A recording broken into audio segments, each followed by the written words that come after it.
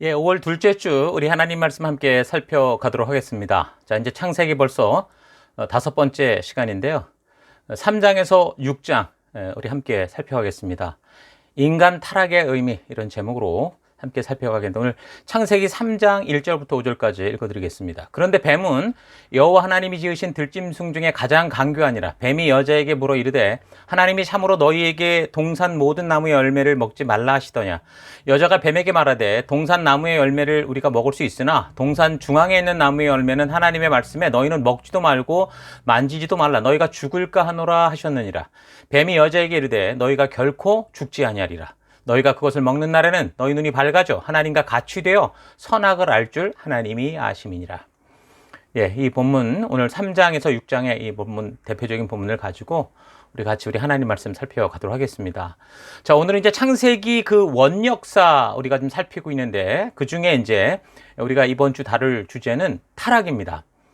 자, 우리가 1장, 2장에서 지난주 두 주에 걸쳐서 하나님께서 온 우주 시공간을 창조하신 후에 이제 해와 달과 별과 뭐 각종 짐승과 식물과 어류와 조류들을 창조하시고, 그리고 이제 마지막에 인간을 창조하시는데 참으로 보시기에 심히 좋았더라 하실 만큼 기쁨으로 모든 인류의 시작의 그 역사의 문을 여시는 그런 이야기를 살폈습니다. 창조의 이야기는 불과 2장의 짧은 내용이지만 이 창조의 사건을 다루는 1장, 2장이 없다면 기독교 신앙은 성립될 수 없는, 방향이 틀려버린, 그래서 우리의 믿음의 가장 중요한 시작이요 기초다 그랬습니다.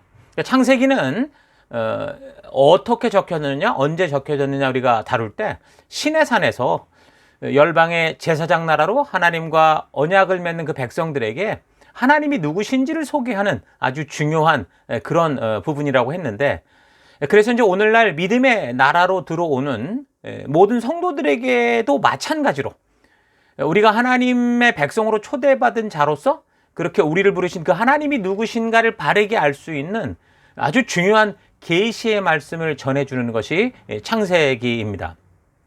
교회 안에서조차 요즘 자기가 상상하는 하나님, 자기가 원하는 예수님, 자기 뜻대로 움직이는 성령님을 찾고 있는 이 시대에 하나님이 누구신지를 성경의 계시를 통해 바르게 아는 것에서부터 이 바른 믿음이 시작된다라는 거 잊지 말아야 되고요. 그래서 이 창세기에서 보여주는 하나님이 누구신가를 바르게 하는 것은 굉장히 중요한 겁니다. 자, 아무튼 창세기 1, 2장에는 이렇게 너무도 놀랍고 기쁜 소식이 그렇게 전해지고 있는데, 하나님의 창조의 시작과 그 기쁨의 그 이야기가 전해지고 있는데, 자, 그런데 이제 바로 다음 장인 3장에서는 바로 그냥 인간의 타락의 사건으로 연결이 됩니다. 여기서 이제 죄라는 개념이 나오는데, 세상에 지금 어떤 종교도 인간들이 정의하는 죄, 이 죄의 기원을 정확하게 언급하고 가르치는 그런 종교는 없죠. 오직 기독교에서만, 성경에서만, 이 창세기에서만 유일하고 분명하게 말씀해주고 있습니다. 사람들은 현재 세상에서 벌어지고 있는 이 잘못되어 돌아가는 이런 세상들의 많은 것을 죄라고 하는데, 성경대로 보자면 그것은 이제 타락의 결과물이죠. 세상은 사실 이 죄와 죄에 대한 그 정확한 어떤 기준을, 그 정의를 세울 수가 없습니다. 다만 이제 함께 한 사회 안에서 공동체로 살아갈 때 사람의 수가 이제 늘어남에 따라서 그 중에는 이제 질서를 어지럽히고 뭐 안녕과 평화를 파괴하는 그런 반사회적인 행동을 하는 그런 사람들을 제재할 필요가 있게 되면서 서로의 합의된 기준을 정하고 약속함으로 그 기준에서 벗어날 때 죄를 묻고 거기에 따른 대가를 이제 지불하게 하고 그렇게 있죠. 그래서 이제 그 죄에 대한 적용이 집단마다 다 다를 수 있다는 겁니다. 각 나라마다 다를 수 있고, 미국의 경우는 50개 주가 있는데 모든 것은 아니겠지만 주마다 그 법의 적용이 다른 것들이 있습니다. 그러니까 타락이라는 단어의 사전적 의미가 올바른 길에서 벗어나 나쁜 길로 빠지다라는 건데, 그래서 성경적 의미의 타락이란 하나님의 뜻을 저버리고 자기 마음대로, 자기 느낌대로 살겠다고 하는 거죠. 그래서 타락의 결과로 온갖 죄들, 그러니까 하나님의 뜻에 어긋난 일들이 시작이 돼서 아담의 첫 자녀들부터 형제를 향한 살인이 저질러졌고, 더더욱 타락해서 이제 그 결과 아담 이후 약 한 1600년 정도의 시간이 흘러갔을 때 그 인류의 첫 시대, 첫 세대, 아담으로부터 시작되는 그 첫 세대들이 결국은 홍수 심판으로 다 사라지게 됩니다. 그리고 홍수 심판에서 살아났었던 노아의 가족으로부터 다시 시작된 그런 세대들도 이 바벨탑 사건으로 드러난 것처럼 또다시 그 타락한 삶을 살아가게 되는데, 그래서 하나님은 또다시 그들을 심판하신 게 아니라 그들의 언어를 나누시죠. 그래서 사람들을 한 곳에 모아두는 게 아니라 이제 각 사람들끼리 흩어져 지구 곳곳으로 흩어지게 하십니다. 자, 이렇게 타락한 세대는 바벨탑 사건 이후에 하나님의 은혜와 사랑으로 지금 4,300년이 지난 지금의 이 시대까지 이어지고 있지만, 그러나 결국에는 성경의 예언과 계시를 통해 알 수 있는 것은 이 세대는, 우리가 살아가는 이 세대는 끝까지 결국에는 불순종을 고집하다가 욕심과 정력대로 살다가 또다시 이제 최후의 심판을 맞이하게 될 거다라는 것이 이제 성경이 이 죄로 말미암은 결과를 우리에게 말해주고 있죠. 자, 이렇게 하나님의 은혜와 사랑과 용서가 계속되고 있음에도 모든 세대가 죽음과 죄와 삶의 불행과 고통과 환난과, 그러니까 온갖 인류 역사상에 나타난 모든 이 비극의 이 원인이 뭐냐라고 하면 바로 그것은 에덴 동산에서의 그 타락에서부터, 그러니까 최초의 인류의 타락에서부터 출발합니다.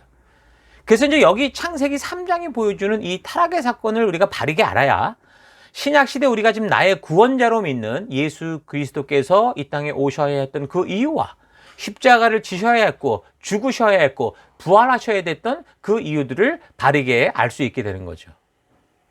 이 타락은 분명 하나님께서 먹지 말라 했던 선악을 알게 하는 그 나무의 실과를 먹으면서 발생합니다. 그러니까 하나님께서 모든 만물을 창조하시고 아담에게 그것을 맡아서 돌보게 하시면서 그 창조한 모든 것을 누리게 하셨지만, 다스리게 하셨지만, 다만 동산 중앙에 있는 그 선악을 알게 하는 나무의 열매만은 먹지 말라라고 하셨죠. 그걸 먹는 날에는 반드시 죽게 될 거다라는 사실도 알려주셨습니다.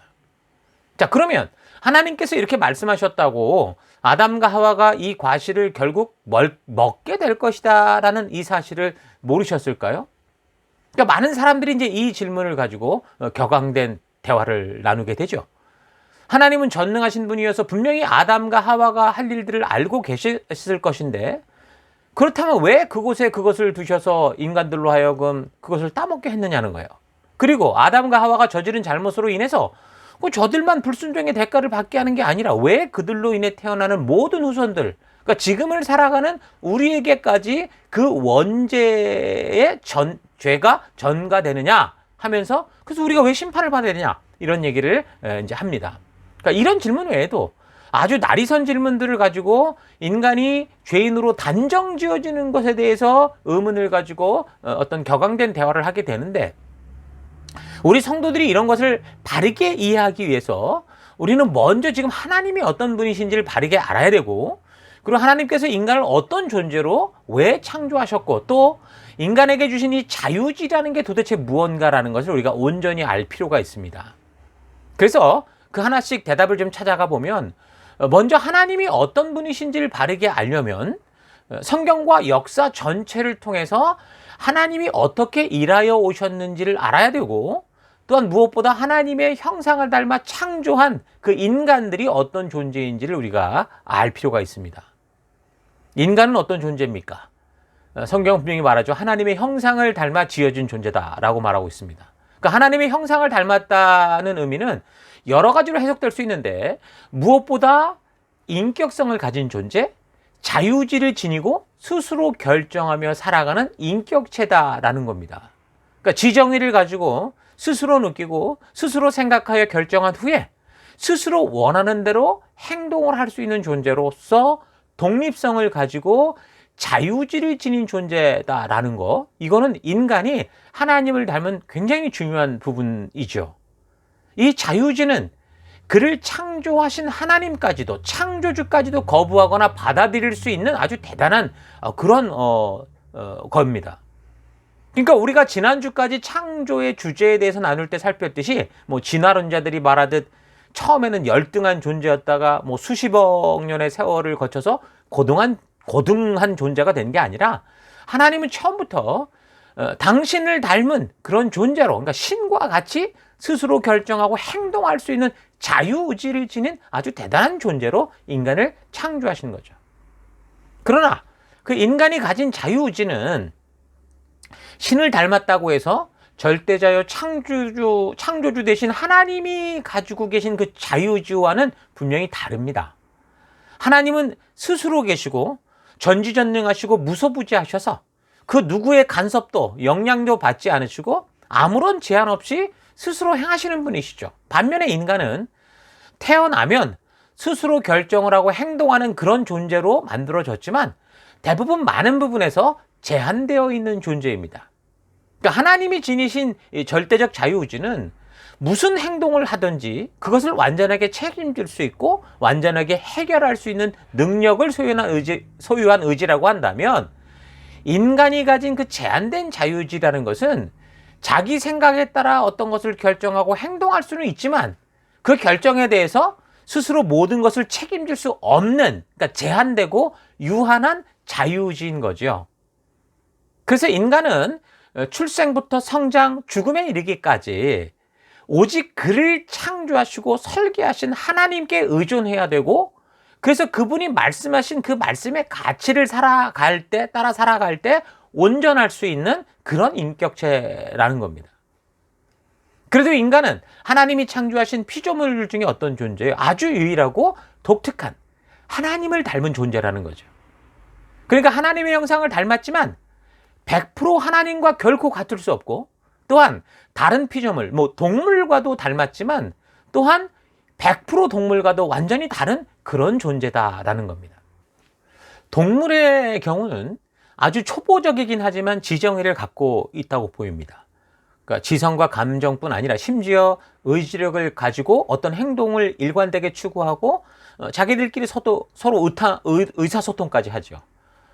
지난 2018년 6월 19일 46세의 나이로 사망한 코코라고 하는 고릴라가 있었습니다. 그 고릴라는 수화 단어를 1000여 개까지 사용할 수 있었고요. 2000여 개의 영어 단어를 이해할 정도였다고 하니까 동물도 상당한 수준의 지성과 의지를 사용한다는 거죠. 그러나 이런 일은 극히 드물고 동물의 그 지정의는 어디까지나, 그러니까 생존과 번식이라는 그 절대적인 틀 안에서 오직 먹고 마시고 새끼를 번식하며 살아가는 그런 문제로만 연결이 됩니다. 동물은 지정의는 있대, 그리고 관계 속에서 살아가는 측면에서 인간과 닮은 면이 있다고 해도 인간과 절대적으로 같을 수 없기 때문에 인격성을 갖고 있다고 말하지 않습니다. 동물과는 약속이 되질 않아요. 어디서 만나자, 뭘 하자, 이런 것이 되질 않습니다. 사자 같은 경우도 사냥해서 배부르게 먹고 나면 어떡합니까? 누워 자기만 하지, 혹시 사냥감이 떨어질 때를 대비해서 남은 것을 저장해 놓으려고 그렇게 스스로 작정하고 그런 일을 하는 경우는 없습니다. 사자는 그냥 배고프면 본능에 따라 무조건 사냥하러 나가는 거고, 그래서 이제 지금 기분도 썩 내키지 않고 한 끼 굶는다고 당장 큰일 날 것도 아니니까 한 끼 정도 굶어볼까? 이런 식의 생각은 아예 생각조차 못하는 거죠. 그저 본능에 따라 움직일 뿐 자의적으로 인간처럼 생각하며 선택하여 행동한다고 할 수 없습니다. 그러니까 사자도 분명히 사냥하러 가려고 의지적으로 작정해서 결행했지만 그것은 이제 배고픔이라는 본능, 그 본능이라는 프로그램에 따라 움직인 거지 스스로 선택을 한 것이 아니기 때문에 자유의지라고 할 수 없죠. 대표적인 예로 이 동물들이 번식을 하려고 교배를 할 때를 보면 인간과 같이 때와 장소를 어떻게 가리는 게 아니라 그 교배 시기가 되면, 특히 인간과 함께 반려동물로 살아가는 이 동물들, 강아지나 고양이 같은 경우들을 보면 어떻습니까? 본능적으로 짝을 찾고 짝을 만나면 어떡합니까? 그냥 때와 장소를 가리지 않고 번식을 위한 행동을 합니다. 그러니까 동물의 의지는 하나님이 이미 마련해 놓은, 그렇게 설계해 놓으신 그런 계획, 그 본능 안에서만 작동할 뿐이라는 거죠. 동물의 의지는 수동적이고 로봇같이 프로그램화된 의지라고 볼 수 있습니다. 그러니까 동물은 본능에 따라서만 행동하는 존재라고 볼 수 있는 거예요. 그러나 인간의 경우는 배고픔을 느끼는 본능적인 그런 같은 자극이 와도 무엇을 먹을까? 아니면 한 끼 굶을까? 하는 식으로 순전히 자신의 그 지정의로만 판단을 해서 스스로 동물과 다른 하나님이 창조한 인간다운 선택을 하고 행동할 수 있는 겁니다. 자유의지를 사용하는 과정에선 어느 누구로부터도 본능적 요구로부터도 그러니까 인간은 영향을 받지 않을 수 있다는 겁니다. 그것을 통제할 수 있는 존재라는 겁니다. 그러니까 사람은 동물처럼 번식과 생존 본능의 프로그래머가 되어서 자극이 오면 아무 생각 없이 무조건 그대로 행동하도록 움직이는 그런 의지가 아니라 자기의 판단과 결단력을 따라 스스로의 행동을 조절할 수 있는 자유의지가 있는 겁니다. 금식을 할 수 있고 단식을 할 수 있고 먹는 걸 조절할 수 있는 거죠. 그러니까 동물과 기본적인 어떤 배고픔의 본능은 같을 수 있으나 그러나 본능적인 그런 자극에도 스스로의 행동을 생각하고 통제하고 선택할 수 있는 그런 존재라는 겁니다. 그러니까 사람은 그런 동물적 본능이 아니라 하나님에 의해 창조된 하나님의 형상으로서의 본능을 따라 사는 존재입니다. 나를 존귀하고 독특하게 이 땅을 다스리는 존재로 창조하신 하나님의 그 말씀에 순종하려는 본능. 그래서 하나님께서 말씀하신 하나님의 뜻 안에서 살고자 하는 그런 인간적인 본능. 그러니까 본능이라기보다는 사명을 따라 사는 존재다. 사명을 따라 살 수 있는 존재다라고 보는 게 맞겠죠. 그러니까 사람은 돈보다 삶의 목적을 더 중요한 존재의 이유로 받아들일 수 있는 그런 존재입니다. 그러니까 결론적으로 인간은 하나님을 닮았지만 전능하시고 절대적인 하나님과 견줄 수는 없고 동물과 비슷하지만 그러나 동물과도 비교가 되지 않는 아주 존귀한 독특한 존재다라는 겁니다. 그러니까 하나님은 인간을 창조하실 때 인간을 완전히 하나님 같은 존재로 만들거나 또는 동물이나 일방적인 프로그램된 로봇 같은 존재로 만들지 않으셨습니다. 대신에 하나님과 인격적 영으로 교통해서 그분의 뜻을 알 수 있고 또 자신의 지정의를 동원해서 그 하나님의 뜻대로 스스로 결단하고 행동하고 그래서 하나님이 주신 명령, 이 땅을 다스릴 수 있는 그런 존재로 만드시는 겁니다. 이런 모습에 대해서 시편 기자는 이렇게 찬양을 하죠. 시편 8편 4절. 사람이 무엇이기에 주께서 이렇게까지 생각하여 주시며 사람의 아들이 무엇이기에 주께서 이렇게까지 돌보아 주십니까? 주께서는 사람을 하나님보다 조금 못하게 지으시고 그에게 영광과 존귀와 왕관을 씌워주셨습니다. 주께서 손수 지으신 만물을 사람이 다스리게 하시고 모든 것을 사람의 발 아래에 두셨습니다. 크고 작은 온갖 집짐승과 들짐승까지도 하늘에서 나는 새들과 바다에서 노리는 물고기와 물길 따라 움직이는 모든 것을 사람이 다스리게 하셨습니다. 그러니까 분명히 하나님과 같지 않지만 역시 동물과도 분명히 다른 그런 독특한 존재죠. 다른 번역본에는 천사보다 조금 못하게 하셨다라고 하는데 이 표준 세번역에는 하나님보다 조금 못하게 지은 그런 영적인 존재로서 하나님이 창조하신 땅에서 하나님의 대리자로 서 있는 것이 인간인 것을 우리가 알 수 있죠. 동물도 로봇도 아닌 스스로 자유의지를 가지고 하나님이 주신 그 명령을 기억하고 자기의 뜻을 따라 선택을 하며 자율적으로 창조주 하나님의 뜻을 따라 살아갈 수 있는 것을 결정할 수 있는 존재로 하나님께서 그렇게 인간을 만드신 겁니다. 자, 그런 인간의 입장이니까 정말 그렇게 존귀한 입장이니까 자칫 생각을 조금 잘못하면 어떻게 돼요? 스스로가 하나님인가 내가 신인가 싶을 만큼 착각에 이를 수 있는 존재였다라는 거예요. 그게 인간이었다라는 겁니다. 하나님과 인격적인 관계가 가능한 존재고 온 세상을 다스리는 존재니까 스스로가 하나님께서 만드신 이 피조물이다라는 그 사실을 망각해버리면 자기 자신을 마치 하나님과 동기동창으로 착각할 정도로 대단한 존재가 인간이라는 거예요. 하지만 인간은 하나님을 닮았으나 하나님이 아니라 피조물일 뿐이었습니다. 인간은 전지전능하지도 않으며 무소부재하지도 않고 영적인 존재라고는 하지만 영적인 세계를 보지 못하는 존재입니다. 죽기 전에는.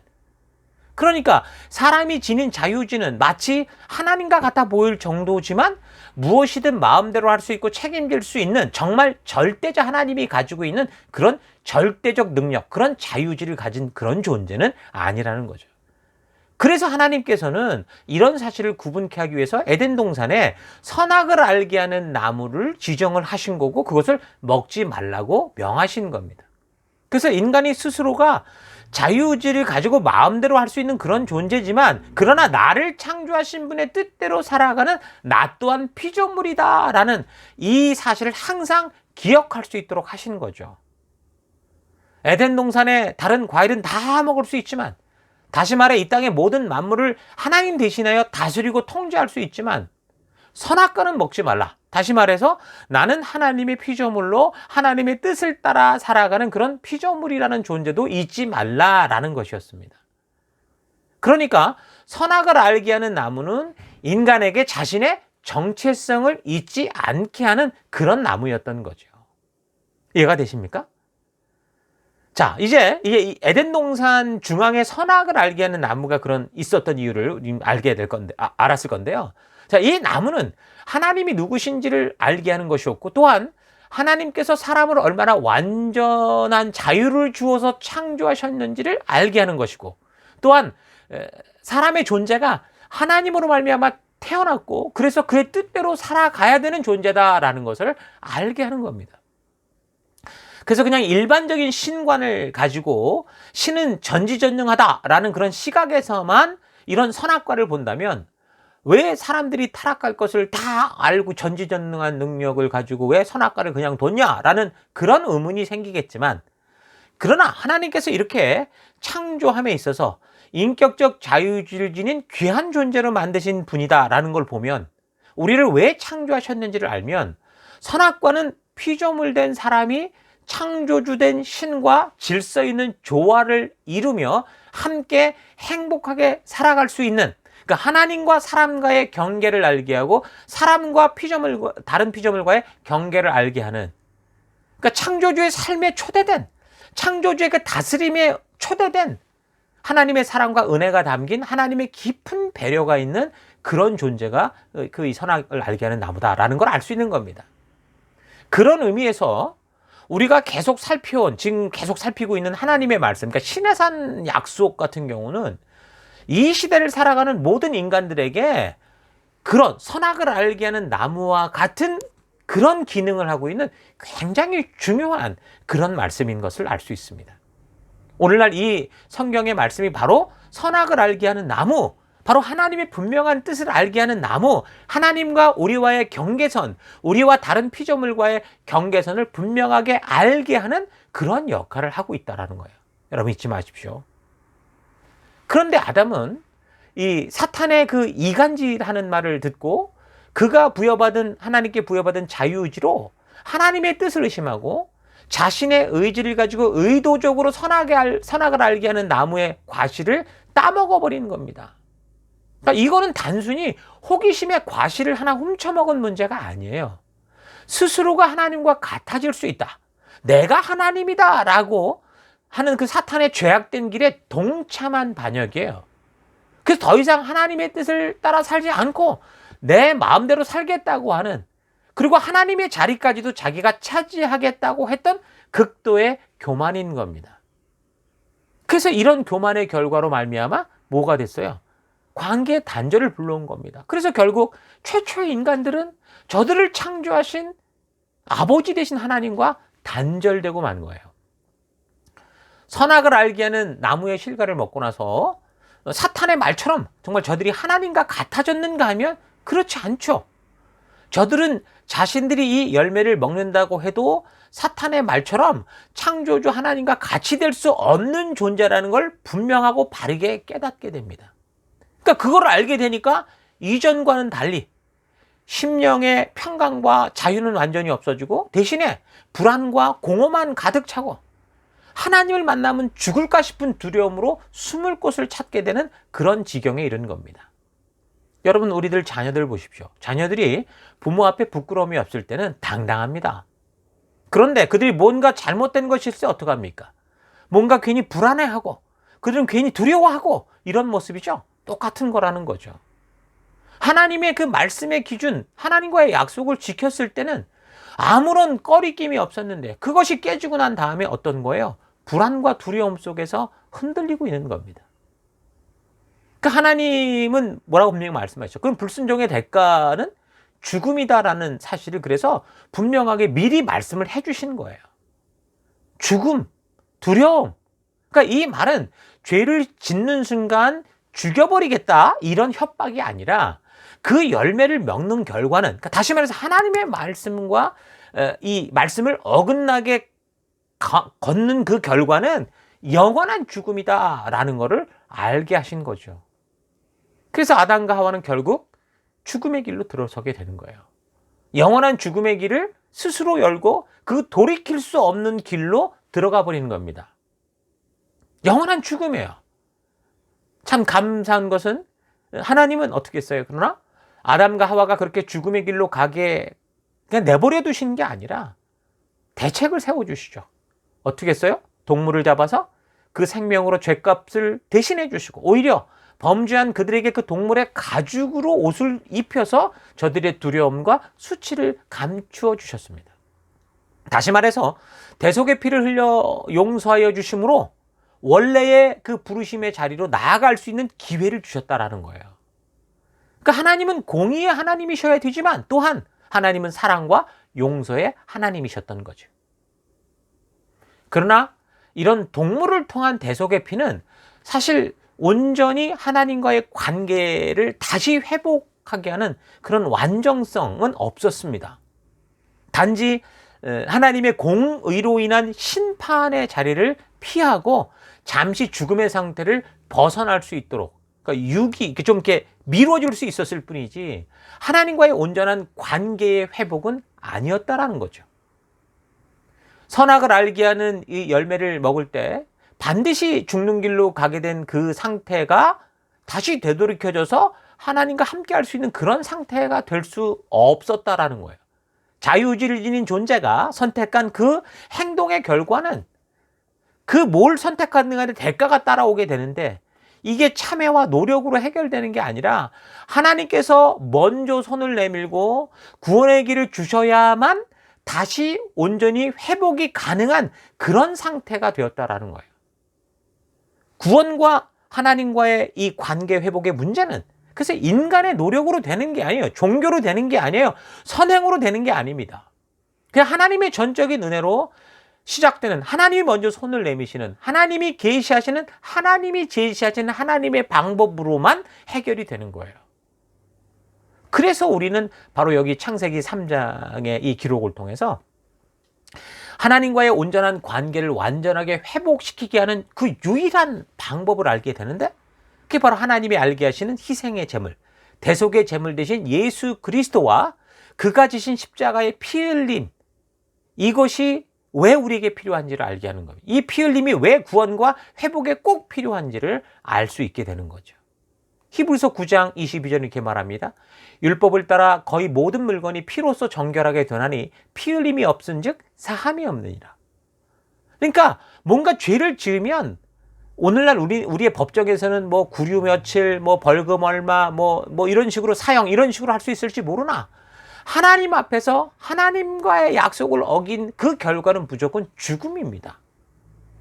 그래서 예수님의 십자가는 하나님이 타락한 이 인간을 구원하시기 위해서 하나님의 그 공의와 그 공의대로 심판하면 모든 게 죽어갈 수밖에 없기에 하나님이 그들을 사랑한 사랑을 동시에 이루심으로 인해서 하나님께서 그렇게 해서 그것을 위해서 예비해 두신 너무도 소중한 온전한 관계의 회복의 장소, 그게 바로 예수님의 십자가인 겁니다. 그게 하나님이 제시해 주셨고 하나님이 우리에게 열어주신 길이라는 거예요. 그러니까 하나님이 모든 것을 창조하신 후에 그 모든 것을 보시며 정말 기뻐했다 했던 이 세상과 사람들에게 왜 이런 일이 벌어지게 된 겁니까? 서두에 말했듯이 하나님은 절대적인 자유의지를 가지고 계시지만 인간은 스스로 선택을 하고 결정할 수 있는 곳까지의 자유의지를 가지고 있지만 그 결정한 것을 책임질 수는 없는 그런 제한된 자유의지를 가졌기 때문이라는 거예요. 그래서 아담과 하와가 선악과를 먹느냐 마느냐는 결정을 스스로 하고 스스로 행동할 수 있었지만 그 선악을 알게 하는 나무의 실과를 먹는 선택을 한 이후에 나타나는 그 결과들에 대해서는 전혀 책임질 수 없는 그런 상황이 벌어진 거죠. 그러면 그 선악을 알게 하는 나무의 실과를 먹고 난 후 사람이 책임질 수 없는 그 결과는 무엇이었습니까? 그 말씀하셨잖아요. 하나님 말씀대로. 죽음이 임한 거예요. 당장 뭐 그 실과를 먹고 고꾸라져 죽는 육체적 죽음이 아니라 결국 이 죽음은 하나님과의 영원한 단절을 의미하는 죽음이었습니다. 로마서 12장 5장 12절 로마서 5장 12절 그러므로 한 사람으로 말미암아 죄가 세상에 들어오고 죄로 말미암아 사망이 들어왔나니 이와 같이 모든 사람이 죄를 지었으므로 사망이 모든 사람에게 이르렀느니라. 그러니까 선악을 알게 하는 나무 옆에는 우리가 이 창세기를 잘 읽어보면 영생하는 나무가 있었다라는 것을 우리가 알 수 있습니다. 그런 걸 볼 때 어쨌든 이 인간이 영생하는 나무의 실과를 먹지 않는 이상 영생하는 존재는 아니라는 거죠. 그러니까 사람들이 육체를 가지고 얼마나 오랫동안 살 수 있었는지는 모르지만 육체 안에서의 삶은 결국 어떻게 되는 거예요? 그 영생하는 나무의 열과를 먹지 않는 한 유한하고 곧 사망하는 것이기 때문에 그래서 결국 선악과를 먹을 때 반드시 죽게 된다라고 하는 죽음의 의미는 결국 하나님과의 영원한 관계의 단절을 의미하는 그런 죽음을 말하는 거예요. 그래서 하나님과 동행하며 영원히 함께 할 수 있었던 천국과 같은 에덴 동산에서 쫓겨나게 됐는데 이건 단지 어떤 한 지역을 떠나버리게 하는 그런 그런 퇴고 조치 정도의 개념이 아니라 하나님과의 관계가 영원히 단절되어 버린 상태, 죽음의 상태를 상징해 주고 있는 겁니다.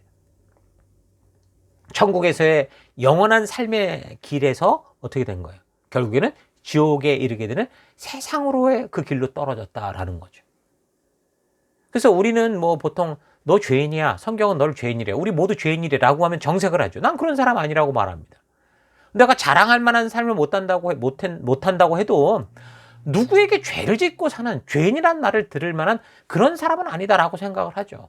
그래서 이제 성경에서 우리를 자꾸 죄인이라고 단정하는 것에 대해서 상당히 기분 나빠합니다. 반발하게 됩니다. 그리고 왜 그 아담의 죄가 우리에게까지 유전됐느냐? 그건 말이 안 되는 거 아니냐? 우리 아버지가 잘못한 것 때문에 왜 내가 벌을 받아야 되냐? 이런 식의 말을 하게 되는 거죠. 여러분 맞습니다. 성경도요. 부모의 죄가 절대로 자녀에게 전가되지 않는다라고 분명하게 말씀합니다. 구약 성경은 분명히 부모의 죄가 자녀에게 전가되지 않을 것을 분명하게 말해주고 있습니다. 예레미야 31장에. 그러니까 한 사람이 지은 죄는 무슨 북한 공산당의 무슨 연좌죄처럼 그 죄가 자녀, 3, 4대, 가족 이렇게 전가되는 게 아니에요. 그런데도 로마서 5장 12절의 경우는 한 사람으로 말미암아 죄가 세상에 들어왔고 죄로 말미암아 사망이 들어왔다. 모든 사람이 죄를 졌다라고 선포를 하는데 그렇다면 이걸 어떻게 이해해야 됩니까? 자, 그것은 우리가 공장에서 찍어낸 인조인간이 아닌 이상, 로봇가 아닌 이상 생육의 법칙을 따라 생각해보면 알 수 있습니다. 그러니까 하나님은 우리를 계속 하나하나 다 공장에서 무슨 인형 찍어내듯이 찍어낸 게 아니라 남자, 여자 한 사람씩 창조하셨고 그로부터 모든 이 인간들이 생육하고 번성할 수 있도록 하는 그런 자연 법칙을 만드셨죠. 그러니까 그걸 잘 생각해보면 압니다. 아담 이후 모든 인류는 어떻게 됐어요? 인류 최초의 생명의 시작인 이 아담과 하와가 하나님을 의심했고 자기가 하나님처럼 되려고 자기 마음대로 살기로 선택함으로 말미암아 에덴 동산에서 쫓겨난 그 땅, 결국 죽음에 이르는 세상에서 태어나서 그곳에서 평생을 사는 존재가 돼버렸다라는 거예요. 선악을 알게 하는 나무의 실과를 먹는 불순종으로 하나님과의 그 인격적인 관계가 깨졌고 그 에덴 동산에서 죽지는 않았지만 그곳에서 쫓겨나서 우리 스스로 되돌아갈 수 없는, 우리 스스로의 힘으로는 되돌아갈 수 없는 하나님과 결별된 곳에서 생육하고 번성하게 됐다 그 말이에요. 그러니까 죄의 결과가 죽음이라고 하는 거는 최초의 사람들이 하나님을 불신함으로 관계가 깨지면서 영생의 길로 갈 수 있는 그 자리에서 쫓겨나와서 죽음을 향한 길, 세상의 길로 들어섰다라는 걸 말하는 거예요. 그러니까 뭐예요? 걷는 길이 달라졌다라는 거죠. 영생할 수 있는 길에서 떠나서 죽음으로 가는 길, 그 가는 방향이 달라진 겁니다. 그래서 그곳에서 생육하고 번성하고 살아가고 있는 거예요. 그래서 모든 사람에게 원죄가 있다 말하고 모두가 죄인이다 이렇게 말하는 그 개념은 아담으로부터 하나님과의 그 관계를 거부하고 생명과 영생의 장소를 떠나서 자기 생각과 마음대로 살아가는 이 세상의 길, 결국 지옥을 향해 가는 장소, 바로 세상에서 털을 잡고 살아가는 살아가고 있는 그런 상태라는 것을 말해주고 있는 거예요. 그러니까 하나님과 동행하며 다 같이 걷고 있는 그 길에서 뭐 실수하면 그때 뭐 고집을 피우고 있다면 맴매를 맞고라도 돌아오면 되는데, 그냥 회개하고 마음을 돌이켜서 다시 그 동행의 길로 가면 되는데, 성경을 통해 볼 때 우리 인류가 처한 상황은 아담과 하와의 죄로 말미암아 결국 천국의 삶을 하나님과 함께 사는 그 길을 떠나버린 것이고 결국은 지옥을 향해 가는 완전히 다른 길을 걷게 됐다라는 것을 말해주고 있죠. 물론 그 길에도 나름대로 살아가는 삶의 이야기가 있습니다. 우리가 살아가는 이 세상에 역사가 있어요. 그래서 그 길을 걸어가면서 착한 일을 하기도 하고 훌륭한 일을 하기도 하고, 그래서 뭐 나쁜 사람이 되기도 하고 훌륭한 사람이 되기도 하고 부자도 되고 권세자도 되고 도덕적으로 종교적으로 바르게 살기도 하는데, 그런데 결국 그 길의 끝은 어디라는 거예요? 그 종착지가 어딥니까? 바로 영원한 죽음이다. 성경이 이렇게 말하는 거예요. 빙산에 그 부딪혀서 배 바닥에 구멍이 나서 점점 가라앉고 있는 타이타닉호 같은 그 모습이 바로 우리 인류의 모습이다. 인류의 모습이다 말하는 거예요. 창세기 3장에서 이 타락 사건이 보여주는 것은 사람들이 에덴으로 대표되는 하나님과의 그 동행하는 그 천국과 같은 삶에서 한 사람의 욕심에 찬 결정으로 에덴을 떠나서 자기의 생각과 욕심대로 걸으며 사탄과 동행하는 그런 길로, 그러니까 생명의 길에서 완전히 다른 죽음을 향한 길을 걷게 된 상태를 보여주는 게 바로 창세기 3장의 모습이죠. 여러분, 타이타닉호 선장 한 사람이 판단을 잘못해서 배 바닥에 구멍을 냈지만 그 결과는 그 사고를 낸 선장 한 사람만이 아니라 그 배를 함께 타고 있는 모두가 감당하고 다 같이 그 추운 겨울바다 밑으로 가라앉고 마는 것과 같은 거예요. 한 사람, 아담과 하와가, 그 첫사람이 생명을 생육하고 번성시킬 그 사람이 낸 그 잘못으로 결국에는 어떻게 되는 거예요? 우리 모두가 다 생명의 길이 아닌 죽음의 길로 떨어지게 됐다라는 거예요. 그래서 창세기 3장 이후 성경 전체에서 하나님은 그 계속되는 인류들로 하여금 돌아와라 라고 외치는 겁니다. 이런 상태를 알지 못하면 우리가 왜 교회를 다니고 왜 예수를 믿어야 되는지 모르게 되죠. 그러면 교회 와서 뭘 하겠습니까?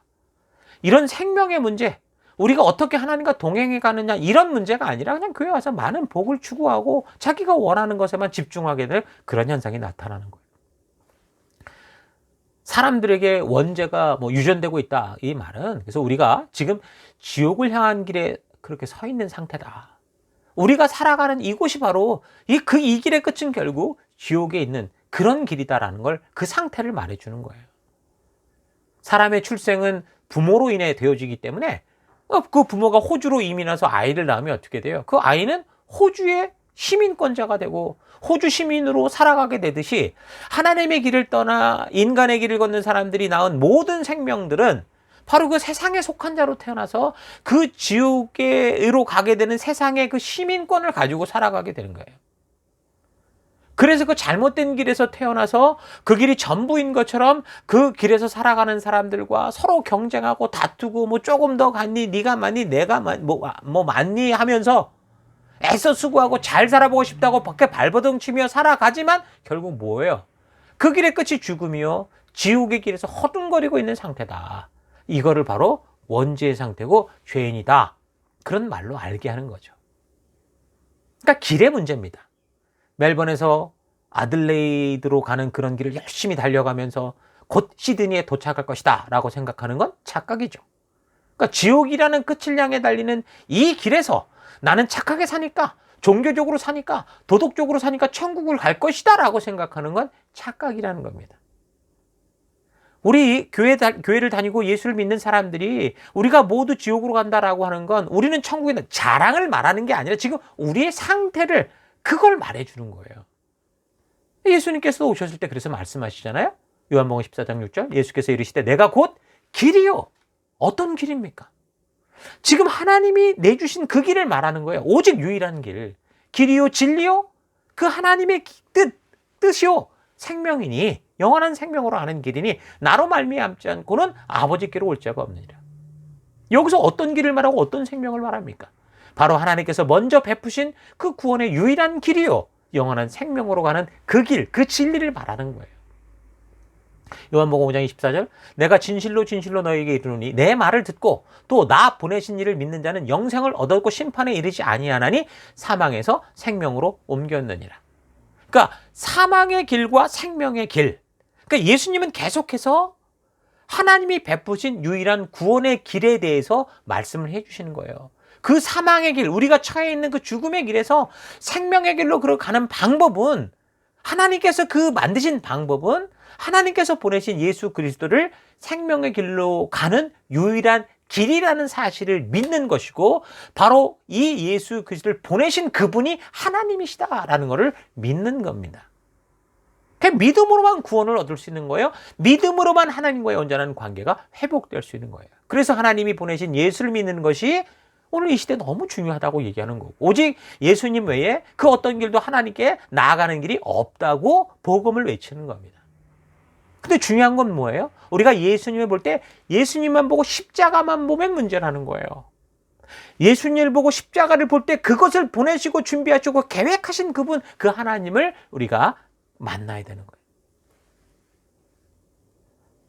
이 3장에서 보여주는 이제 타락의 사건은 성경의 가장 큰 주제인 하나님의 아들 이 메시아 예수님께서 이 땅에 오셔야 했던 그 죄의 기원과 인류의 타락을 보여주고 있습니다. 창세기 지금 1장에서 11장까지가 온 인류의 그 원역사라고 했는데 지난번 첫 주제인 그 창조에 대해서도 결국 믿음에 대한 얘기고 두 번째 주제인 이 타락에 대한 부분도 뭘 말하는 거예요? 확실하게 우리의 믿음, 이 믿음이 말씀에 근거하여 서 있어야 된다. 그렇지 않으면 결국 미신 종교로 빠지고 만다. 기독교라는 이런 어떤 이 인간이 만든 잡종교가 될 수 있다. 그렇게 말하는 거죠. 이번 주제 타락에 대해 성경 본문을 여러분 읽어가면서 죄에 대한 확실한 개념과 하나님께서 어떻게 인간을 창조하셨는지 그리고 그 창조주 하나님께서 어떤 분이시고 어떻게 일하시는지 좀 바르게 묵상하고 그래서 하나님의 진심, 하나님의 의도를 좀 바르게 알 수 있기를 바랍니다. 많은 사람들이 왜 전능하신 하나님께서 사람들이 선악과를 먹을 것을 알았으면서도 만들었느냐 묻고 왜 아담과 하와의 죄가 우리에게까지 유전되어 원죄라는 무거운 짐을 주는지 그렇게 물을 때 이제 우리가 이 사실을 바르게 알고 하나님의 창조의 그 의도와 그 의미를 바르게 전하고 원죄와 죄인이라는 그 상태가 지금 뭘 성경에서 말하고자 하는 것인지를 바르게 알게 해서 오히려 그런 질문을 받을 그런 기회를 통해서 오히려 하나님의 진심을 우리가 전하고 그래서 하나님의 그 부르심 앞에 초대하는 전도의 기회로 만들 수 있기를 바랍니다. 자, 오늘 우리가 살핀 것은 3장에서 5장에 대한 전체적인 내용을 살핀 건데 좀 장별로 잠깐 그냥 요약을 하면 3장은 결국 그래서 아담과 하와의 최초의 타락의 사건이 어떻게 되는가라는 걸 보여주는 거고요. 4장은 그래서 그 타락 이후에 첫 후손들로 살아가던 가인과 아벨에 대해 그 살인 사건에 대해서 그리고 또 그 후손들이 어떻게 살았는지에 대해서 그 죄가 점점 범성해 가면서 이 첫 인류의 후손들이 결국은 홍수 심판으로 가는 그 모습에 대해서 보여주고 있고요. 5장은 최초 인류 아담으로부터 노아까지 흐르는 그 계보에 대해서 정리하듯이 보여주고 있습니다. 성경에는 홍수 심판 이전의 세상이 어떻게 살았다라는 그런 구체적인 기록은 없지만 여기에는 노아 이전 세대에 대한 족보가 나와 있어서 5장에 그래서 성경을 우리가 어떻게 4,000년으로 계산하느냐라는 그 근거가 바로 이 창세기 5장의 근거가 되고 있는 거죠. 자, 그래서 창조로부터 홍수의 시간까지를 이 창세기 5장을 근거로 계산해 보면 약 1656년이 지났을 때 창조 이후 1656년째 홍수 심판으로 모든 세상이 끝난 걸 알 수 있습니다. 그걸 BC로 우리가 따지면 2348년 정도가 됩니다. 자, 이렇게 오늘 우리가 3장에서 5장을 통해 이 타락에 대해서 우리가 살펴봤는데요. 여러분 오늘 이 나눈 이 말씀들을 여러분 잘 기억하시면서 여기까지 읽어가는데 문제 없이 여러분 잘 읽어갈 수 있기를 바랍니다. 아마 지금 설명을 들으면 창조에 있어서나 타락에 있어서나 충분히 여러분 막힘없이 읽어갈 수 있을 거라고 봅니다. 자, 그러면서 혹시 궁금한 것들은 서로 질문하고 셀에서 함께 나누고 더 깊어지는 그런 시간들을 만들어 가도록 하십시다.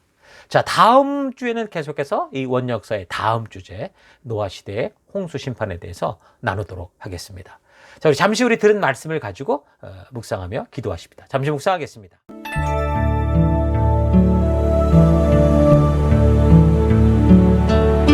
예, 타락이란 하나님을 의심하고 그 진심을 저버린 겁니다. 그래서 하나님과의 관계가 깨어졌고 그 결과는 수많은 죄와 가증한 일들이 사람들의 삶에 이제 가득해진 거죠. 나쁜 것을 가르치지 않았음에도 약속을 어기고 변명하고 죄를 전가하는 그런 어린아이들의 모습을 볼 때 우리는 아담과 하와와 다를 바 없는 그런 죄악된 존재구나라는 걸 부인할 수 없죠. 하나님을 바르게 인식하지 못하는 사람들의 모든 생각은 악할 뿐이다. 성경은 분명하게 말씀합니다.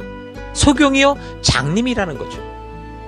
우리의 참된 믿음은 바로 내가 그런 존재, 소경이요 장님된 존재, 내 스스로 약속을 어기고도 남에게 책임을 전가하는 악한 존재임을 인정하는 것에서부터 시작이 되는 거예요. 죄인임을 고백하는 것에서 시작이 되는 겁니다. 분명 인류 최초의 조상이 저지른 불순종의 삶이었지만 하나님의 뜻을 어기고 선악을 나는 열매를 먹고 난 후 그 후손인 우리 또한 그런 죄악된 본성을 가지고 지옥으로 가는 이 세상에서 태어나는데 그 증거가 바로 그냥 우리 어린아이들을 봐도 알 수 있다라는 거죠.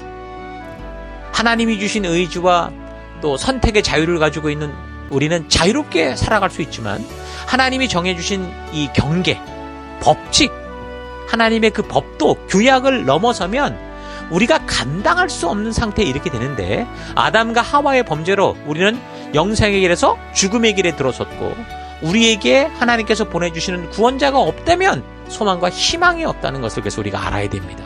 창세기를 잘 살펴야 우리의 구원자 예수 그리스도께서 오직 길이요 진리요 생명임을 알 수 있는 거죠. 오직 주 예수 그리스도만 붙들고 나아가는 우리가 되길 바랍니다. 우리가 예수 그리스도를 붙들 때 보라 이전 것은 지나갔으니 새 것이 되었도다.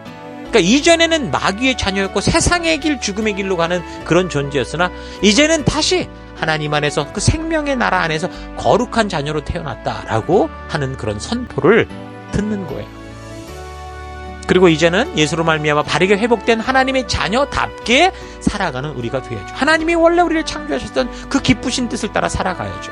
하나님의 진심을 의심하지 말고 그 말씀의 진의를 파악하고 하나님의 진심을 의도를 말씀을 통해 바르게 알아서 확고한 믿음 가운데 우리가 이 땅을 살아가는 이유를 가지고 살아가면 좋겠습니다. 내가 가는 길이 어느 곳이든 그곳에 하나님이 함께 하시고 계심을 잊지 말고 사망의 음침한 골재와 같은 그런 상황과 환경에 처해 있더라도 하나님께서 우리를 인도하시고 이끄셔서 참된 하나님의 백성다운 그 자리까지 이끄실 것을 믿음으로 나아가는 우리가 되길 바랍니다. 우리가 어떤 상황과 환경에 처해 있든 우리가 그곳에서 하나님을 믿고 하나님 말씀의 가치를 따라 살아간다면 하나님은 우리를 반드시 생명의 길로 축복의 길로 이끌어 내실 것입니다. 자, 그런 사실 잊지 마시고 그런 믿음으로 승리하는 한 주간 되길 바라고 그런 승리의 길 걷는 여러분 되길 바랍니다. 자, 오늘 들은 말씀을 가지고 잠시 기도하기 원하는 것은 그래서 첫 번째, 하나님 저는 죄인입니다. 내가 처한 이 길은 멸망의 길입니다. 그래서 하나님의 도우심이 필요합니다. 주님 내게 오셔서 나를 이끄시고 인도하여 주옵소서. 여러분 솔직하게 우리의 상태를 고백하고 하나님의 구원의 손길을 우리가 부르는 하나님의 그 구원의 손길을 그 은혜를 찾는 그런 기도를 하길 바랍니다. 둘째, 하나님 인간에게 소망을 찾는 게 아니라 하나님께 소망을 찾는 참된 믿음의 길 걷기 원합니다. 기도하시고요. 마지막 세 번째, 하나님 내게 주어진 것이 무엇인가를 보는 인생이 아니라 나와 함께하는 이가 누구인가를 보는 내가 되기 원합니다. 그래서 내가 어느 곳에 있든지 주님의 빛을 잃지 않고 더욱 밝게 빛내는 나의 잘남이 아니라 우리 하나님의 하나님 되심을 알게 하는 내가 되기 원합니다. 그렇게 기도하길 바랍니다. 이 시간 우리가 주님이 오늘 부르시고 이곳에 우리를 있게 하신 그 일을 생각하시면서 잠시 함께 기도하겠습니다. 기도하십시다.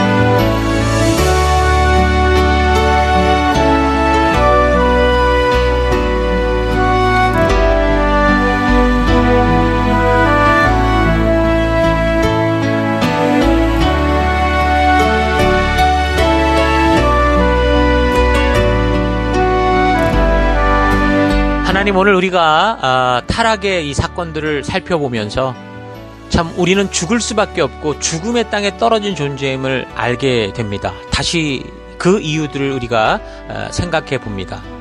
하나님, 나는 죄인입니다. 내가 처한 이 길은 지금 멸망의 길이고 그래서 하나님의 도우심이 필요합니다. 주님, 우리에게 오셔서 우리를 이끌어 주시고 인도하여 주옵소서. 하나님, 그렇게 우리를 이끄시기 위해 이 땅에 예수 그리스도를 보내시고 우리 예수 그리스도로 말미암아 하나님이 하나님의 진심을 알게 하심을 감사드립니다. 그래서 하나님, 이 땅을 살아갈 때 인간에게 소망을 찾는 게 아니라, 물질에서 소망을 찾는 게 아니라 우리 하나님께 소망을 찾는 참된 믿음의 길을 걷는 내가 되기 원합니다. 내게 주어진 것이 무엇인가, 내가 가진 게 뭔가를 찾는 인생이 아니라 나와 함께하는 이, 나를 이곳에 보내신 이가 누구인가를 볼 수 있는 그런 믿음의 눈을 가진 내가 되기 원합니다. 그래서 하나님, 이 땅 속에 우리가 어떤 환경과 상황에 처해 있다 하더라도 오직 주님의 부르심을 따라, 나를 있게 하신 그 이유를 따라, 사명을 따라 내가 어느 곳에 있든지 그 주님의 빛을 잃지 않고 더욱 주님의 빛을 밝히 비추는 그런 빛된 삶 살아가는 우리가 되기를 원합니다. 우리를 그 길로 인도하여 주시고 그 가운데 이끌어 주신 하나님, 먼저 앞서가신 우리 예수님 찬양 드리고 감사드리며 예수님 이름으로 기도했습니다. 아멘.